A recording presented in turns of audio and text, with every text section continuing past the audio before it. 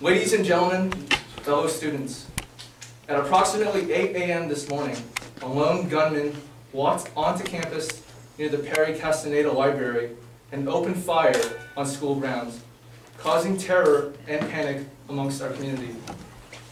We are lucky today that the gunman that came to terrorize our campus took his own life instead of taking others, and that no one else was hurt. We are lucky that the rest of our campus family is safe. We are lucky that tonight we gather to discuss the circumstances surrounding this incident rather to mourn the loss of Longhorns. After tonight's event is over, I would like everyone to talk with their friends and relatives who may still be shaken. There are students and faculty who are directly in contact with the gunman, near the vicinity of the shooting, or locked in a classroom, who may still be reeling from today's events. In addition, please take the time to personally thank our brave law enforcement officers, emergency medical personnel, and fire personnel for putting their own lives on the line to help our students and faculty. It's hard to believe that such an atrocity can happen in a relatively safe campus in a relatively safe city. Each and every one of us will be responsible for helping our community recover from today's tragic events. We must count on each other to help us move on from this tragic incident. As a campus, we will learn and grow from this event, and that thankfully, life will return to normal again for all of us here at the University of Texas. Let us look back at the tragic events that unfolded this morning and put yourselves in the shoes of the students and faculty who were in the vicinity at the time of the shooting. What would be going on in your mind if you were there? How would you react? What feelings would you have inside of you? Probably fear. Fear that someone is on the rampage and that you may be his next target. Fear that you may or may not escape in time. Fear that your friends may not be okay even if you made it out. Fear for your life. Fear of the gunman. Yet here at public universities in Texas, we are taught to fear a completely different category of people. People who have gone through extensive paperwork process and background checks. People without any felony or recent Class A misdemeanor convictions. People who, according to the Texas Department of Public Safety, are much less likely to commit a crime than the general population. People who would never ever dream of committing an atrocity such as mass murder. You would be more likely to die in a fire than be killed by these people. We are taught to fear the class of law-abiding citizens who peacefully carry a concealed handgun at almost every other unsecured location in Texas. We fear these people just like we feared them over 10 years ago, when shall issue concealed carry permits was hotly debated in the state legislature. People feared that these people would cause gunfights over minor traffic incidents or snap and go on a rampage at a moment's notice. Looking back, we realized that all the arguments against concealed carry, all the fear about the violence and the surge of violence if we let law-abiding people carry concealed were ridiculous. Those who support gun control or argue that the availability of guns and carry permits is a reason for violence and murder in this country. To quote Jon Stewart, their solution is, quote, "Then we must get rid of guns. Guns must go because that is the problem." Well, that is not the problem. You know what's the problem? Crazy is the problem. And you can't legislate crazy.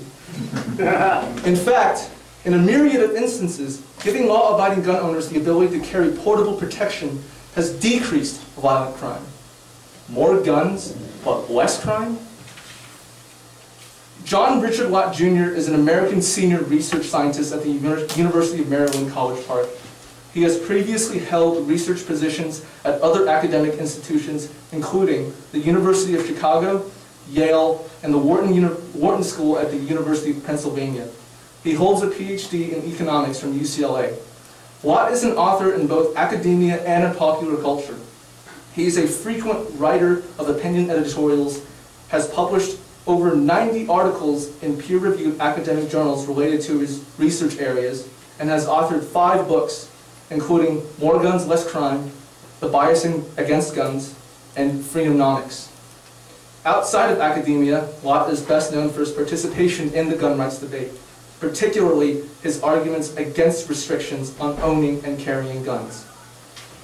On its initial publication in 1998, John Lott's More Guns, Less Crime drew both lavish praise and heated criticism. More than a decade later, it continues to play a key role in ongoing arguments over gun control laws. Despite all the attacks by gun control advocates, no one has ever been able to refute Lott's simple, startling conclusions that more guns mean less crime. Relying on the most rigorously comprehensive data analysis ever conducted on crime statistics and right to carry laws, his book directly challenges common perceptions about the relationship of guns, crime, and violence. Ladies and gentlemen, please welcome Dr. John Lott.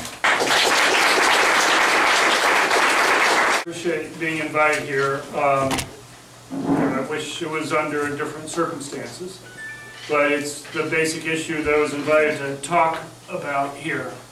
And before I kind of get into the main part of this talk, I just thought I'd mention, for the last 15 years I've been doing a lot of work on multiple victim public shootings, and I probably have talked to more than 100 people at least who have been at these types of events, actually been present when the attacks have started. And the one feeling that you always get through overwhelmingly when you talk to people who have actually been there in that circumstance is kind of the feeling of utter helplessness that they feel.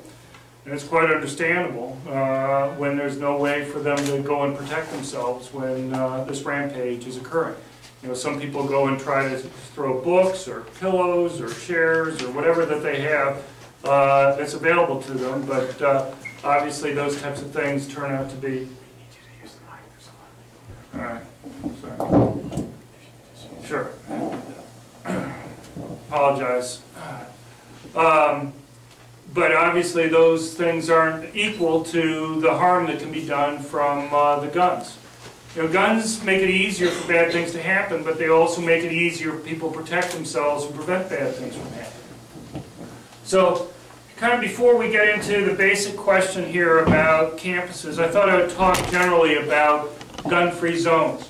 Because in many ways, this has been a major discussion in the United States over the last few years with two big Supreme Court decisions that have come through, overturning the DC handgun ban as well as the Chicago handgun ban.